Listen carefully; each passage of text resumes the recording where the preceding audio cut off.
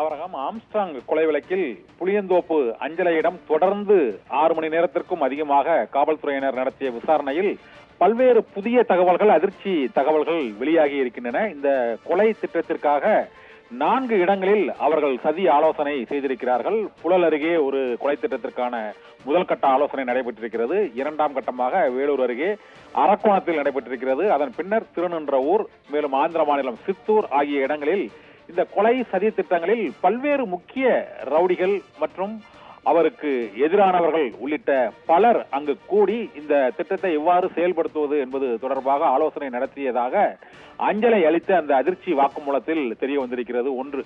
மற்றொன்று, இது ஆதாய கொலையா, அரசியல் கொலையா அல்லது பழிக்கு பழியாக நடைபெற்றதா என்ற கோணத்தில் ஒவ்வொரு நாளும் ஒவ்வொரு தகவல்கள் வந்து கொண்டிருக்கின்றன.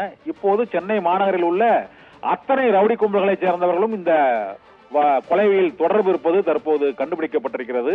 இதில் வழக்கறிஞர் அருள் அவர் பொன்னை பாலுவை வேலூரில் சந்தித்து அவரது அண்ணன் ஆற்காடு சுரேஷ் கொலைக்கு பழிக்கு பழியாக ஆம்ஸ்ட்ராங்கை படுகொலை செய்யலாம், அதன் பின்னர் வடசென்னையை தங்களது கட்டுப்பாட்டில் கொண்டு வந்து விடலாம் என்று அவரை மூளைச்சலவை செய்ததாகவும் அஞ்சலி அளித்த அந்த வாக்குமூலத்தில் தெரிய வந்திருக்கிறது. இது தவிர ஒரு 3.5 லட்சம் ரூபாய்க்கு நகைகளை விற்பனை செய்து நகைகளை அடகு வைத்து பணத்தை புரட்டி இந்த கொலைக்கு பயன்படுத்தியதாகவும், கொலை செய்வதற்கு அந்த கூலிப்படையினர் மற்றும் அந்த கொலையாளிகளுக்கு பணம் செலவழிப்பதற்காக திருவேங்கடம் என்கவுண்டர் செய்யப்பட்ட திருவேங்கடம் உள்ளிட்டோரிடம் அந்த பணப்புழக்கம் அதிகமாக இருந்ததாகவும் தெரிய வருகிறது. 2. 3வது, வழக்கறிஞர்கள் மலர்கொடி மற்றும் அருள் மூலமாக இந்த கொலையாளிகளுக்கு பணப்பட்டுவாடா நடைபெற்றதும் அவர்களது வங்கி பண பரிவர்த்தனைகளை சோதனை செய்ததன் மூலமாகவும் தெரிய வந்திருக்கிறது. 2. இதையெல்லாம் தவிர்த்து சம்போ செந்தில் என்பவர் இன்ஸ்டாகிராம் மூலமாக இந்த கொலையாளிகளுக்கு கொலை செய்வதற்கான திட்டம், நேரம் மற்றும் ஆம்ஸ்ட்ராங் செல்லும் இடத்தை கண்காணித்து தகவல்களை அந்த சமூக வலைத்தளமான இன்ஸ்டாகிராமை பயன்படுத்தி சம்போ செந்தில் அவர் கொலையாளிகளில் ஒரு சிலருக்கு உத்தரவுகளை பிறப்பித்திருப்பதாகவும் மற்றொரு புதிய தகவலும் வெளியாகி இருக்கிறது.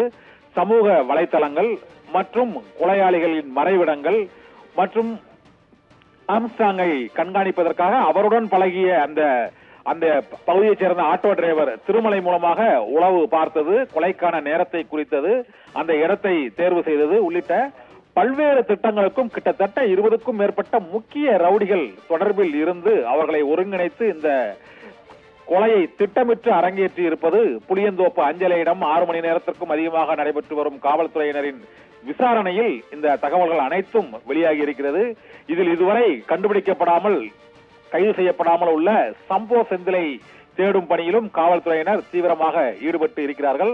சம்பவம் செந்தில் என்று அழைக்கப்படும் சம்போ செந்தில் தான் இந்த திட்டத்தின் மூளையாக இருந்ததாகவும் கூறப்படுகிறது. இப்படி பல்வேறு கோணங்களில் ஆம்ஸ்ட்ராங் படுகொலை வழக்கில் தொடர்புடைய பல முக்கிய ரவுடிகள் மற்றும் அவர்களது நெட்வொர்க், மேலும் வங்கி பண பரிவர்த்தனைகள், சதித்திட்டங்கள் நடந்த இடங்கள் மற்றும் இவர்கள் இந்த கொலைக்கு பயன்படுத்துவதற்காக கோடாரியை சில மணி நேரங்களுக்கு முன்பாக வாங்கியது, அந்த கடை மற்றும் வாங்கிய நபர், கோடாரி கொலையில் பயன்படுத்தப்பட்டதா என்பது உள்ளிட்ட பல்வேறு கோணங்களிலும் பல்வேறு அம்சங்களிலும் இந்த கொலை தொடர்பான தகவல்கள் அவரது 16வது நாள் நினைவு நாளான இன்று இது தொடர்பாக 16 விதமான தகவல்கள் இந்த கொலை தொடர்பாக வந்திருக்கின்றன.